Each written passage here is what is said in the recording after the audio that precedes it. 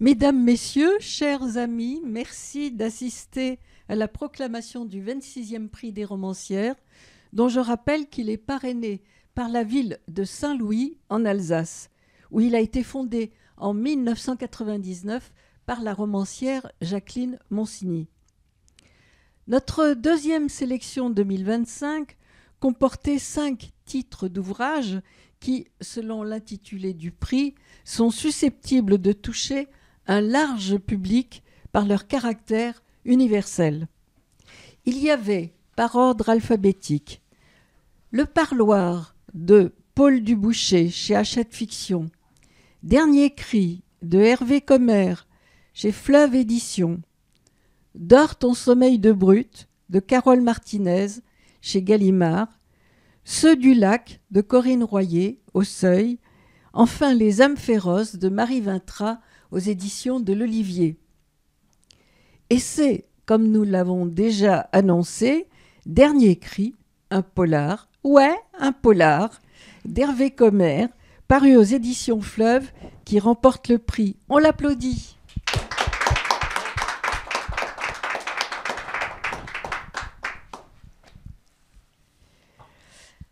Avant de faire l'éloge de votre roman, cher lauréat 2025, parlons un peu de vous. Vous passez les 20 premières années de votre vie à Elbeuf, une ville normande autrefois réputée pour son industrie textile avant que l'Extrême-Orient ne s'empare du marché. Tout petit, vous inventez déjà des histoires. Il paraît. Après une scolarité plutôt moyenne, de votre propre aveu, vous intégrez la faculté des lettres de Rouen avec l'intention de devenir scénariste. Et là, vous découvrez la littérature et la force du roman. Dans le même temps, un autre aspect de la vie estudiantine, moins littéraire mais bien plus romanesque, vous attire. Les bars. Ça n'attirait pas que moi. Vous quittez alors l'université pour endosser le costume de garçon de café, vous tenir derrière le comptoir, vous fondre dans les vies d'inconnus et écouter leurs histoires. Dans le même temps, vous écrivez votre premier roman. 3 éditeurs le refusent, vous laissez tomber. Oui, j'ai pensé que 3, c'était suffisant. La suite oscille entre le travail dans les bars, en montagne, à la mer, en Angleterre, sur les bateaux. Très bien renseigné. Et un appétit grandissant pour la lecture, l'écriture et les histoires. Vous achetez un bar à 25 ans. Et quelques années passent ainsi dans la joie, la musique et la fumée, avec des semaines de 80 heures et quelques aventures. Mais tout s'arrête quand tout commence, lorsque vous croisez le regard de Chloé. Pour elle, vous quittez le commerce, vous écrivez Les ronds dans l'eau, votre premier roman édité en 2011, et Dernier cri, que nous primons aujourd'hui, publié en 2025 donc, et le 10e est votre préféré. Et il est dédié à Chloé et à vos 2 enfants. Toujours. Alors, de quoi s'agit-il ? On parle du roman maintenant. Étienne Rosier, un ancien policier à présent lobbyiste, rencontre par hasard Anna Dufossé, une camarade de jeunesse devenue journaliste d'investigation, et cela réveille en lui une passion qu'il croyait éteinte. Dans la chambre d'hôtel où il se retrouve, Étienne quitte son ami le temps de prendre une douche et, à la sortie, il découvre son corps sans vie sur le lit. Elle est étranglée. L'ancien policier sait que s'il ne trouve pas lui-même l'assassin, il sera forcément le coupable tout désigné. Il quitte alors sa vie pour reprendre à son compte l'enquête qu'Anna menait à Elbeuf, justement, parmi les travailleurs pauvres de l'industrie textile, des gens, vous le montrez très bien, dont nous, bien installés que nous sommes dans nos maisons, nos appartements et nos bureaux, n'avons aucune idée du courage qu'il leur faut, jour après jour, pour avancer dans la vie. La suite de ce polar social très engagé est captivante, mais ne comptez pas sur moi, chers spectateurs, pour vous la raconter. Aucun détail, fût-il minuscule, n'échappe à votre œil inquisiteur, cher Hervé Commer, et votre style est d'une efficacité formidable. Je prends un exemple dans le prologue qui se déroule dans une usine du Bangladesh. La description que vous faites des ouvriers qui fabriquent les jeans délavés, qui sont couverts de sable, respirent le sable, qui ont la gorge, les yeux, les oreilles et les poumons emplis de sable, dégoûtent à jamais les lecteurs de porter des jeans délavés si c'est leur habitude. 3 jurés du prix des romancières nous accompagnent aujourd'hui. Chacune tient à vous dire quelques mots, chers lauréats. D'abord, Cécilia Duterre, romancière, essayiste, vice-présidente du jury. Cher Hervé Commer, je vous l'avoue, je ne suis pas une grande lectrice de romans policiers et pourtant j'ai été captivée par le vôtre, car à travers l'enquête menée par votre héros sur ce meurtre, c'est une véritable fresque hyper documentée de la précarité et des inégalités sociales que vous dessinez. Et au-delà de la construction parfaite de l'intrigue, votre plume, que j'ai trouvée très inspirée et engagée, met en lumière avec un très grand réalisme la misère qui sous-tend notre monde, notre économie mondialisée. Et cette réflexion, justement, donne à ce roman noir une dimension très universelle, en ce qu'il nous interroge sur les injustices, sur les écueils de notre post-modernité. C'est un coup de projecteur que j'ai trouvé saisissant, mais aussi très essentiel. Merci Cécilia. Ça me va droit au cœur. Anne Ghisoli, libraire, directrice de la prestigieuse librairie Gallimard. Cher lauréat, cher Hervé Commer, et je passe après Cécilia et cher Michel. Voilà, délicat de dire parce que Cécilia a trouvé des mots superbes pour parler de votre livre, du plaisir. C'est ce qui compte aussi, du plaisir de lecture qu'on oublie des fois, que certains livres oublient parfois, et les lecteurs sont à la recherche, surtout en ce moment, de ça.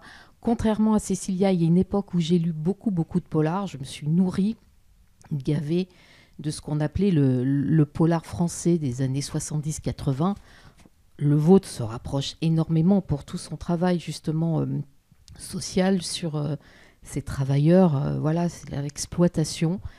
Et je répète une fois de plus, c'est aussi le plaisir de lecture, de plonger, malgré ce qu'on découvre effectivement, Michel. Je ne porte pas de jeans délavés. Et c'est vraiment ce plaisir de lecture qui déjà plaît beaucoup en librairie et je l'espère va continuer encore plus à plaire, à attirer beaucoup de lecteurs. Alors merci beaucoup. Merci à vous et on est au moins 2 à l'espérer. Merci Anne. Enfin Anaïs Reuss, directrice du service culturel de la ville de Saint-Louis. Elle coordonne cette année la 42e édition du Forum du livre de Saint-Louis et elle représente au jury des romancières le club de lecture de la médiathèque Le Parnasse, un avis qui nous sert toujours beaucoup. Alors déjà, merci de m'accueillir puisque c'est ma première édition et donc je suis très heureuse de la vivre aujourd'hui avec vous et du coup de faire partie du jury pour le prix des romancières. Effectivement, je représente le club de lecture et je tiens à dire que le club de lecture a été absolument charmé par votre livre. C'est assez rare d'avoir une unanimité aussi dans le club et ça je crois qu'il faut le dire. Des retours que j'en ai eus, c'est vraiment que c'est un roman captivant et troublant jusqu'à la dernière page, que pour le club aussi c'était très important d'avoir un polar français, et ça je crois qu'il faut le redire aussi, que c'est un roman qui interroge sur ce que nous croyons savoir de nous-mêmes et sur les autres, et que les personnages sont forts, résilients, Et le côté engagé, j'ai vérifié juste avant de venir que j'avais pas un jean délavé sur moi, donc je suis très heureuse de pouvoir le dire aujourd'hui. En tout cas, merci parce que c'était un vrai plaisir de lire votre livre et donc je ne peux que le recommander. Merci Anaïs. Je rappelle enfin que la dotation de ce 26e prix des romancières vous sera remise le 27 avril, chers lauréats, lors de l'inauguration très attendue de ce fameux 42e Forum du Livre de Saint-Louis. Vous souhaitez nous dire quelques mots ? Oui, alors je souhaite vous dire quelques mots et je les ai même préparés parce que je ne sais pas si c'est universel ou pas ça, mais plus je vieillis, plus je suis émotif. Et donc plus je suis émotif, plus je bafouille et plus je mélange et plus j'oublie, etc. Vous n'êtes pas le seul. Hein. Ouais, c'est ça, c'est normal. Ah, bon, oui. c'est très bien. Donc j'ai écrit un petit discours qui doit durer 5 minutes, que je vais essayer de vous lire sans bafouiller. On m'a dit que la caméra était là, alors je vais juste la regarder au tout début, puis après je vais lire. Alors si vous le permettez, j'ai choisi d'occuper ce temps de parole en m'adressant à mes enfants, Doris et Melville, car je sais qu'ils me regardent, ainsi qu'à leur maman, Chloé, mon amour, qui est avec eux. C'est avec eux trois que je partage ce prix, car l'écriture de ce roman a duré près d'1 an et demi, 18 mois durant lesquels je leur ai tous les jours parlé d'Elbeuf, de la fast fashion, du sable, des jeans et des ZAD. Merci mes amours d'avoir tenu bon. Merci à toi ma chérie pour ton travail sur le texte, ton exigence, ta ténacité. Sans toi ce prix je ne l'aurais pas eu. Melville, Doris, c'est donc à vous que je choisis de m'adresser. Il y a plusieurs raisons à ça. La première est très simple. Lorsqu'on m'a appris par téléphone que j'étais le lauréat 2025 du prix des romancières, j'ai bien sûr été ravi, mais j'ai surtout été fier à l'idée de pouvoir vous l'annoncer. Vous êtes tous les deux fiers, souvent, de nous montrer quelque chose. Faire 3 roues d'affilée, déchiffrer les mots sur une affiche, comprendre une blague, traverser tout seul. Eh bien, souvenez-vous, les enfants, que quand on fait ce qu'on aime, et quand on fait de son mieux, on peut être fier même quand on est un adulte. La deuxième raison pour laquelle je choisis de m'adresser à vous, c'est pour vous raconter quelque chose. Vous savez que mon éditeur s'appelle Fleuve Noir, et ça vous semble naturel, en tout cas établi. C'est comme maman et moi, qui sommes ensemble depuis longtemps, on se parle, on s'écoute et on s'aime, et pour vous c'est normal. Alors je vous le dis tout de suite les enfants, avec maman ce sera toujours comme ça. Mais pour ce qui est de mon éditeur, tout le monde change d'éditeur. Même les éditeurs changent d'éditeur. J'ai publié 8 romans chez Fleuve Noir. Pour le 9e, j'en serai à ma 5e éditrice. C'est la même chose du côté des auteurs. Depuis que je suis chez Fleuve Noir, je ne sais pas combien j'en ai vu arriver, puis repartir. Alors puisque tout le monde change tout le temps d'éditeur et d'éditrice, pourquoi pas moi ? J'y ai réfléchi. J'ai jamais trouvé de raison suffisante pour partir. Je n'ai jamais été assez sûr de moi pour être certain que ce serait mieux ailleurs. Il y a autre chose d'au moins aussi important que je veux vous dire. Mon éditeur aussi, il m'a été fidèle. Les questions que je me suis posées sur lui, il se les est posées sur moi. Et j'en ai jamais rien su. Je ne me suis jamais senti en danger, malgré les hauts et les bas que comprend une vie d'auteur. Je crois que ça s'appelle la confiance. On est ensemble quand ça va, et aussi quand ça va moins bien. Cet éditeur, je le remercie aujourd'hui d'être là depuis le début, sans que l'intérêt qu'il porte à ce que j'écris n'ait jamais perdu de son intensité. Fleuve Noir ne m'a jamais demandé, encore moins imposé quoi que ce soit dans l'écriture ou les sujets. Les suggestions de Fleuve Noir ne sont toujours allées que dans le sens du texte, pour tenter de l'améliorer, jamais pour le rendre tiède ou fade. Je vous dis ça les enfants parce qu'il y a des gens qui prétendent qu'un éditeur à succès, tel que Fleuve Noir, applique fatalement des recettes et impose un formatage. Les enfants, ces recettes-là, elles n'existent pas. Le succès, personne ne sait à quoi ça tient. Alors puisqu'il n'y a ni astuce, ni formule, il ne reste qu'à être sincère dans ce qu'on fait. C'est ce qu'il faut retenir. La troisième raison, Melville et Doris, pour laquelle je choisis de vous parler, alors qu'on me remet cette récompense, c'est pour vous dire que j'ai eu tort. Quand j'ai su que j'étais en lice pour le prix des romancières, je me suis précipité sur Internet. J'ai découvert que la délibération aurait lieu dans le salon André Gide d'un restaurant du 7e arrondissement de Paris. Dans le palmarès, j'ai vu passer Jérôme Garcin, Grasset, le Mercure de France, Gallimard, Gonzague Saint-Brice. Ces noms ne vous disent rien, mais ils sont très prestigieux dans le monde du livre. Et le prestige, vous ne savez pas encore ce que c'est non plus, et c'est tant mieux. Ce qu'il faut retenir, c'est que ce prix, j'étais sûr de ne pas le remporter. Ces romancières étaient beaucoup trop snobs pour primer un polar, qui plus est, publié par Fleuve Noir. Les enfants, en pensant que ces dames étaient snobs, c'est moi qui l'étais. La barrière qu'elles n'oseraient jamais franchir, c'est moi qui la construisais. Pour elles, il n'y en avait pas. La preuve, me voilà lauréat 2025 du prix des romancières, et je suis très fier de vous le dire presque en face, puisque maintenant c'est officiel. Mon dernier roman s'appelle Dernier cri, je vous en ai parlé plusieurs fois, même si vous ne savez pas forcément tout ce qu'il raconte. Dernier cri, c'est une expression qui signifie dernier modèle, le plus récent, le plus neuf. Pour toujours avoir le plus neuf, le plus récent des téléphones ou le dernier des jeans, on exploite la planète, on exploite aussi des gens.